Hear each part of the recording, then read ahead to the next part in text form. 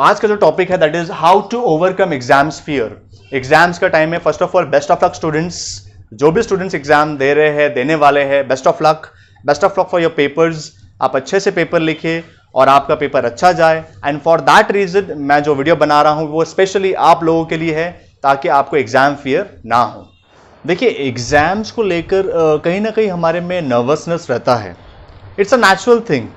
लेकिन ये नर्वसनेस अगर बहुत ज़्यादा हो तो उसे एग्ज़ाम फियर या एग्ज़ाम फोबिया वो भी कहा जाता है, या फिर उसे एग्जामिनोफोबिया भी कहा जाता है।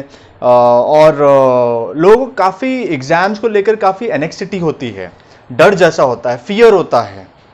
तो आज हम ये वीडियो में देखेंगे कि व्हाट आर द कॉजेस, ये एग्जाम्स के जो फियर का कॉजेस क्या है, क्या इसके पीछे रीजंस है, सिम्टम्स क्या है, कैसे हमें पता चलेगा और इसका रेमेडीज क्या है, सोल्यूशन क्या है।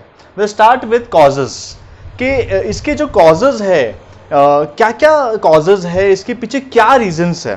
तो पहली फर्स्ट ऑफ ऑल अगर हम देखें, एग्जाम्स फियर जो होता है वो मोस्टली उन बच्चों में होता है जिनका प्रिपरेशन जो है एग्जाम्स को लेकर बराबर नहीं है। तो फर्स्ट पॉइंट जो है that is very very important, that is lack of preparation. अगर हम अपना प्रिपरेशन नहीं करेंगे तो नेचुरली हमें फियर रहेगा कि हम फेल हो जाएंगे या हमें मार्क्स कम आएगा। सो लैक ऑफ प्रिपरेशन बहुत मेजर रीजन है। सेकेंड अगर हम बात करें that is called less marks.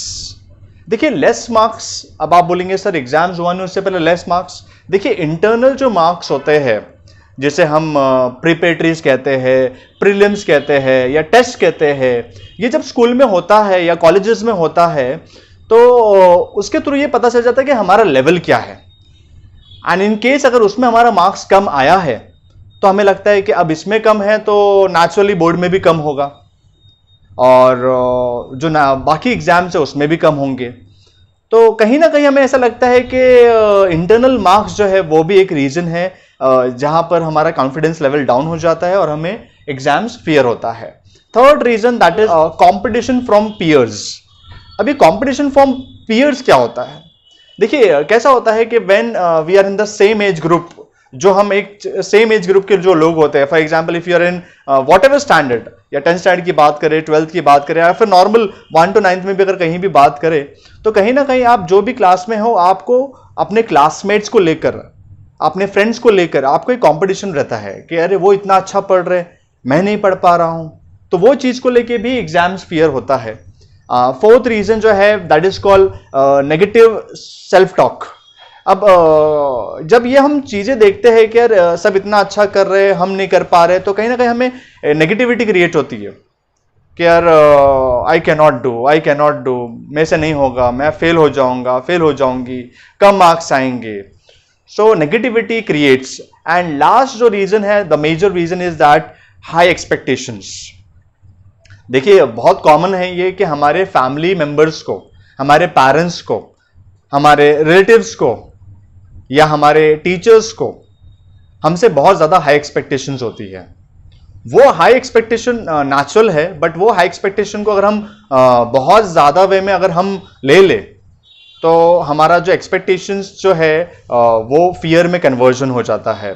तो हमें डर रहता है कि क्या हम उतना उनके लेवल जो उन्होंने एक्सपेक्ट किया है, क्या हम उसे अचीव कर पाएंगे, एंड अचीव कर पाएंगे कि नहीं कर पाएंगे, क्या हमें कम मार्क्स आया तो कैसे होगा। तो these are the major causes of exams fear. तो अब हमने कॉजेज देख लिया कि क्या रीजंस है, क्या कॉजेज है। अब हम बात करेंगे सिम्टम्स की कि कैसे हमें पता चलेगा कि क्या साइन है, कुछ इंडिकेशंस कुछ है जिससे हमें पता चले कि क्या सिम्टम्स है, हमें एग्जाम्स फियर हो रहा है। So let's see the symptoms of exams fear. तो देयर आर 3 मेजर सिम्टम्स। तो सिम्टम्स में भी 3 कैटेगरीज है। First is physical symptoms. देखिए, कैसा होता है कि एग्जाम्स को लेकर हमें, आपने देखा होगा बहुत सारे लोगों को एग्जाम्स के टाइम पे या एग्जाम्स के दिन में बहुत ज्यादा स्वेटिंग होती है, एक्सेसिव स्वेटिंग होती है। तो that is the number 1 reason. Second, headache, सर दुखने लग जाता है, अरे अब क्या होगा, अब क्या होगा, हेडेक हो रहा है, अरे बार बार हेडेक हो रहा है। That is also physical symptom जहां पर हमें एग्जाम्स का डर हो रहा है। Third, increase in heart beats. जैसे जैसे टाइम बढ़ता, एग्जाम्स का नजदीक आता है, हमारी हार्ट बीट्स बहुत बढ़ने लगती है। That is also a major physical symptom. And number fourth, frequent urination और टॉयलेट। आपने देखा होगा कि एग्जाम्स के टाइम पे काफी बच्चे बार बार यूरिन के लिए जा रहे हैं, टॉयलेट के लिए जा रहे हैं, तो वो नेचुरल है, वो फियर है हमें एग्जाम्स को लेकर। देन आता है लाइट हेडेड। ऐसा होता है कि थोड़ा चक्कर जैसी आती है और थोड़ा शेकीनेस होता है, थोड़ा फेंट होता है कि अरे हम बेहोश होने वाले हैं, ऐसा आपको होता है। तो that is 5 physical symptoms for the examination. Exam जब फियर होता है तो हमें ये 5 मेजर फिजिकल सिम्टम्स है। अब बात करेंगे हम इमोशनल सिम्टम्स की।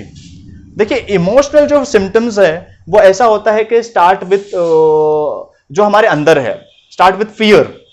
Fear is the major emotional symptoms. डर तो वो है ही, और वो डर ही हमारा सबसे बड़ा मेन रीजन है। सेकंड, वो डर की वजह से, फियर की वजह से होता क्या है कि हमें ऐसा लगता है कि अब हमारा कोई हेल्प करने वाला नहीं है, वी फील हेल्पलेस। अरे अब मेरा क्या होगा, अब मैं फेल हो जाऊंगा, फेल हो जाऊंगी, एक वो बेचारी वाली फीलिंग आती है। एंड थर्ड आता है एंगरनेस। अब ये चीज की वजह से ऐसा होता है कि हमारा गुस्सा बढ़ते जाता है। जरा कोई कुछ किया, वी बिकम वेरी एंग्री, अरे आपने ऐसा क्यों किया, वैसा क्यों किया। तो ये भी हमारा एक इमोशनल सिम्टम्स है। तो हमने फिजिकल सिम्टम्स देखा, इमोशनल सिम्टम्स देखा। Third, that is the third one, that is called behaviour symptoms या फिर कोग्निटिव सिम्टम्स। अब ये बिहेवियर सिम्टम्स होता क्या है? बिहेवियर, हमारे बिहेवियर से पता चलता है कि हाउ वी आर रिएक्टिंग। तो पहला होता है नेगेटिव थिंकिंग। नेगेटिव थिंकिंग में हमें ऐसा लगता है कि मैं फेल ही हो जाऊंगा, मेरे मार्क्स ही कम आएंगे। अरे एग्जाम्स तो दो, पहले पेपर तो दो, after that think about it. तो नेगेटिव थिंकिंग इसमें पहला रीजन है, दैट इज कॉल्ड बिहेवियर या कोग्निटिव सिम्टम्स। सेकंड आता है कंपेयरिंग योरसेल्फ टू अदर्स। हमें ऐसा लगता है कि अरे मैं इतना कर पा रहा हूं, बाकी लोग तो इतना कर पा रहे हैं, so we are comparing ourself with others. तो ये भी एक रीजन है। एंड थर्ड आता है डिफिकल्टी इन कंसंट्रेशन। हम अपने स्टडीज में कंसंट्रेट नहीं कर पा रहे हैं, फोकस नहीं कर पा रहे हैं, तो ये भी एक बिहेवियर या कोग्निटिव सिम्टम्स है। So these are the 3 major symptoms of exams fear. Now we'll see what are the remedies of exam fear. कि exam fear अगर हमें हो रहा है तो इसके remedies क्या है, इसका solution क्या है, how to overcome, कैसे हम ये अपनी problem को solve करें। So there are 3 major remedies, और ये 3 अगर हम देखें तो 3 रीजंस है जहां से हम अपनी ये प्रॉब्लम को सॉल्व कर सकते हैं। Start with ourself. हमें अपने आप से स्टार्ट करना है। एज अ स्टूडेंट हमें ये देखना है कि फ्रॉम द बिगिनिंग हम अपना जो डेली शेड्यूल है या टाइम टेबल है उसे फॉलो कर रहे हैं। अगर आप स्टार्टिंग से ही डेली शेड्यूल को फॉलो करोगे तो आपको एट द एंड मूवमेंट जो फियर हो रहा है एग्जाम्स का, वो काफी हद तक नहीं होगा। एंड साथ ही साथ आपको जो टाइम टेबल है उसे भी प्रॉपरली फॉलो करना है कि आपको कब कब और कितनी देर पढ़ाई करनी है। सेकेंड रीजन है जो एज अ स्टूडेंट हमें करना चाहिए, वो है पेपर सॉल्विंग। अब पेपर सॉल्विंग होता है लास्ट 5 इयर्स या लास्ट 10 इयर्स। आप जो भी एग्जाम्स दे रहे हो, चाहे आप नॉर्मल स्कूल लेवल पे हो या कॉलेज लेवल पे हो या बोर्ड एग्जाम्स है, आप कोई भी एग्जाम्स दे रहे हो, लास्ट 5 इयर्स के, लास्ट 10 इयर्स के पेपर सॉल्व कीजिए। And through that you will come to know कि कैसे टाइप के क्वेश्चंस आते हैं एग्जाम्स में। ओके, जिससे आपका कॉन्फिडेंस लेवल बढ़ेगा। पेपर सॉल्व करो and give it to your teachers कि मैम हमारी इसमें मिस्टेक किया है, सर हमारी इसमें मिस्टेक किया है। आइडेंटिफाई योर मिस्टेक्स और वो मिस्टेक्स को इंप्रूव कीजिए। सो थर्ड रीजन आता है ईट प्रॉपरली एंड स्लीप प्रॉपरली। हमें खाना भी प्रॉपरली खाना है और सोना भी प्रॉपरली है। ऐसा नहीं कि हम बहुत जाग जाग के पढ़ाई कर रहे हैं और खाना बराबर नहीं खा रहे, स्किप कर रहे हैं। What will happen at the end movement, examination के टाइम पे आपकी तबीयत खराब हो जाएगी।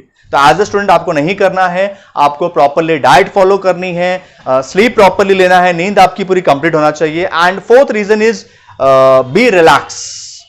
आपका mind make it very calm, बहुत शांत रहो, मेडिटेशन कीजिए आप, ताकि आपका माइंड एकदम शांत रहे, आप रिलैक्स रहो, कंटिन्यूस मत पढ़िए, टेक अ गैप्स, हर 30 मिनट्स में एक आप शॉर्ट ब्रेक लीजिए।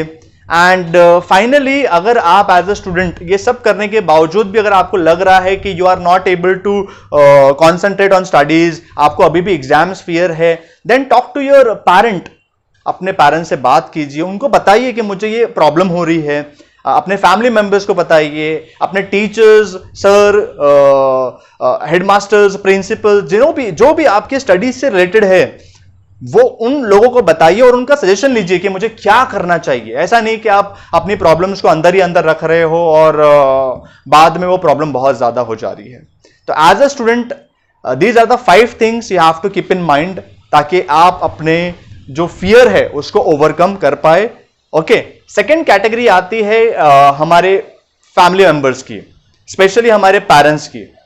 देखिए कैसा है कि exam fear is a very natural thing, तो हमें भी ऐसा लगता है, हम एज अ पेरेंट भी हम बच्चों को बहुत ज्यादा प्रेशराइज कर देते हैं। सो पढ़ो पढ़ो पढ़ो पढ़ो, एंड हम अपनी जगह पे काफी हद तक सही भी है और कुछ गलत भी है। सही इसलिए कि हमें ऐसा लगता है कि बच्चे पढ़ेंगे तो उनका फ्यूचर अच्छा होगा, that is a good thing, सही बात है। बट गलत इसलिए है कि ज्यादा भी अगर आप प्रेशराइज कर दोगे तो वो भी बहुत गलत चीज हो जाएगी। जो बहुत ज्यादा सेंसिटिव बच्चे होते हैं तो उनको प्रॉब्लम हो सकती है, तो don't pressurise too much.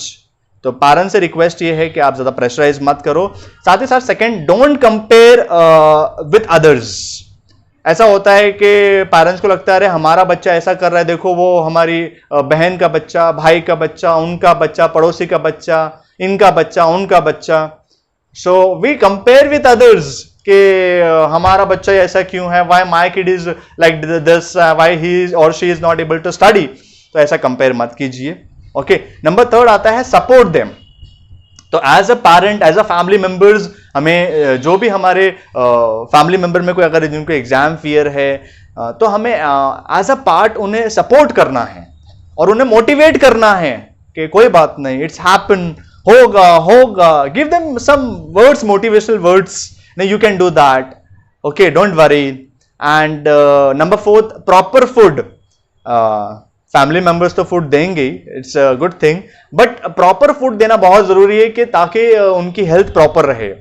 Okay, so proper food आप दीजिए और मेक श्योर कि आप ऐसा एनवायरनमेंट दे ताकि वो अच्छे से स्टडीज कर पाए। And last is alternatives. देखिए ये बहुत जरूरी है कि हम बच्चों को हल्का हिंट दे कि like if this things not happen तो डोंट वरी, हम ऐसा भी कर लेंगे, तो आप टेंशन मत लेना अगर कम मार्क्स आए तो। Try to give them alternatives. अब अल्टरनेटिव्स का ये होगा कि बच्चों को ऐसा रहेगा कि नहीं, अगर ऐसा नहीं भी हुआ तो आप पेरेंट्स इज विद अस, वो हमें बता रहे हैं कि हमारे पास ये ऑप्शन है। तो try to give them alternatives, लेकिन मेक श्योर कि बच्चे भी उसका एडवांटेज ना उठाए कि हाँ हमारे पेरेंट्स बोल रहे हैं कि अगर 90 नहीं भी आया, 80 नहीं आया तो 30-40 भी चलेगा। तो ऐसा भी नहीं स्टूडेंट्स को करना चाहिए। अगर आपके पेरेंट्स आपको सपोर्ट कर रहे हैं तो उनके सपोर्ट को आप ग्रांटेड ना लीजिए। ओके, नेक्स्ट नंबर 3 आता है रेमेडीज में as a part of institutions. अब इंस्टीट्यूशंस में आता है स्कूल्स, कॉलेजेस जहां पर बच्चे पढ़ रहे हैं। अब यहां पर क्या होता है, फर्स्ट ऑफ ऑल स्टूडेंट्स को एज अ एजुकेशनल इंस्टीट्यूशंस उनकी रिस्पॉन्सिबिलिटी बनती है कि वो स्टूडेंट्स को गाइड करें, उनको डायरेक्शन दे कि हाउ टू स्टडी। ये स्कूल्स और कॉलेज की जिम्मेदारी है कि वो सिखाए बच्चों को कि how to study, what are the different techniques of studying, और टाइम मैनेजमेंट के बारे में बताए और टिप्स एंड ट्रिक्स बताए एग्जाम्स के बारे में, ताकि स्टूडेंट्स जो है वो ज्यादा टेंशन ना ले और उनको पता हो कि भाई ये प्रॉब्लम का ये सोल्यूशन हो। तो ये स्कूल्स की, कॉलेज की रिस्पॉन्सिबिलिटी बनती है कि वो अपने स्टूडेंट्स को सिखाए, टीच करे कि how they can learn in different manners. And साथ ही साथ जो एज अ पेरेंट को मैंने बताया हूं, जैसे डोंट कंपेयर विथ अदर्स, मैं स्कूल्स और कॉलेजेस को के टीचर्स और लेक्चरर्स और जितने भी हेड हैं उनको भी कहना चाहूंगा कि आप भी कभी अपने स्टूडेंट्स को दूसरे स्टूडेंट से कंपेयर मत कीजिए। क्योंकि ये कंपटीशन ऐसा हो जाता है कि healthy competition is good, but unhealthy competition जो हो जाता है दैट इज वेरी बैड, जिससे बच्चे they take it very in aggressive manner. तो डोंट कंपेयर विथ अदर्स. बस बेटा यू हैव टू स्टडी, अच्छा मार्क्स लेकर आओ, you have to score good marks. साथ ही साथ डोंट प्रेशराइज. यहाँ पर मैं स्कूल और कॉलेजेस और जो भी एजुकेशन इंस्टीट्यूशन जहाँ बच्चे जाते हैं, चाहे वो ट्यूशन जाते हैं, क्लासेस जाते हैं, वहाँ पर भी मैं कहना चाहूँगा कि डोंट प्रेशराइज टू मच, कि इतना प्रेशराइज मत करे कि बच्चे जो है उसे झेल ना पाए. So now it's time for question. तो आज का आपका क्वेश्चन ये है कि हमने जो टॉपिक में देखा how to overcome exams fear, यहाँ पर हमने कॉजेज देखा, सिम्टम्स देखा, रेमेडीज देखा. So I want you to write it down कि एक कॉज आप बताइए कि क्या जो कॉजेज है उसमें से कोई भी वन कॉज आप बताइए कि क्यों हमें एग्जाम्स फियर होता है, उसके पीछे रीजन क्या है, सिम्टम्स क्या है. तो सिम्टम्स में मैंने आपको 3 कैटेगरीज बताया हूँ, physical and emotional and behaviour, that is cognitive symptoms. तो तीनों का आप वन एक आंसर्स बताइए, पॉइंट्स बताइए.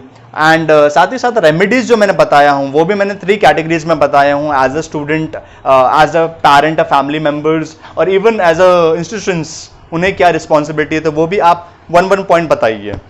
Now it's time for conclusion. तो ये जो एग्जाम फियर है, दैट इज एग्जामिनोफोबिया या फिर स्ट्रेस या फिर एनेक्सिटी, ये सब का प्रॉब्लम जो है वो प्रॉब्लम क्या है, व्हाट वी हैव सीन. हमने ये देखा, हमने ये समझा कि अगर हम स्टार्टिंग से ही टाइम प्लान नहीं करेंगे, प्रिपरेशन नहीं करेंगे, तो हमें एग्जाम्स फियर होगा. तो अगर हम प्रिपरेशन पहले से स्टार्ट करें, स्टार्टिंग से ही, so that will be a good thing. हमें जितना हो सके एग्जाम फियर नहीं होगा. सॉल्व प्रीवियस ईयर्स पेपर्स, जितना हो सके आप प्रीवियस ईयर पेपर सॉल्व कीजिए. और ऐसा नहीं कि आप एग्जाम मूवमेंट पे कर रहे हैं, एटलीस्ट जो भी आपका एग्जाम टाइम है उससे एटलीस्ट 1 या 2 मंथ्स पहले आप पेपर सॉल्विंग कर ले, लास्ट 5 ईयर्स, 10 ईयर्स. और साथ ही साथ वो पेपर जो है अपने टीचर्स, लेक्चरर्स, एग्जामिनर, जिससे भी आप चेक करवाना चाहे करवाइए और अपने मिस्टेक्स को आइडेंटिफाई कराइए कि कहाँ मेरे मिस्टेक्स है. तो जितना आप पेपर सॉल्व करोगे उतना आपका कॉन्फिडेंस लेवल बूस्टअप होगा कि आपको कहीं ना कहीं आपको नेगेटिविटी जो होती है तो वो नेगेटिविटी नहीं सोचना है. You have to be very positive. नहीं, मुझे करना है, I can do that, I will do that. So these things you have to keep in mind. So I hope आज का टॉपिक आपको अच्छा लगा होगा. अगर आपको ये टॉपिक अच्छा लगा है तो प्लीज लाइक दिस वीडियो. और अगर आपने अब तक हमारे चैनल को सब्सक्राइब नहीं किया है तो please subscribe it and click the bell icon, ताकि आपको ऐसे ही वीडियोस मिलते रहे. So thank you for watching. Take care. Good bye.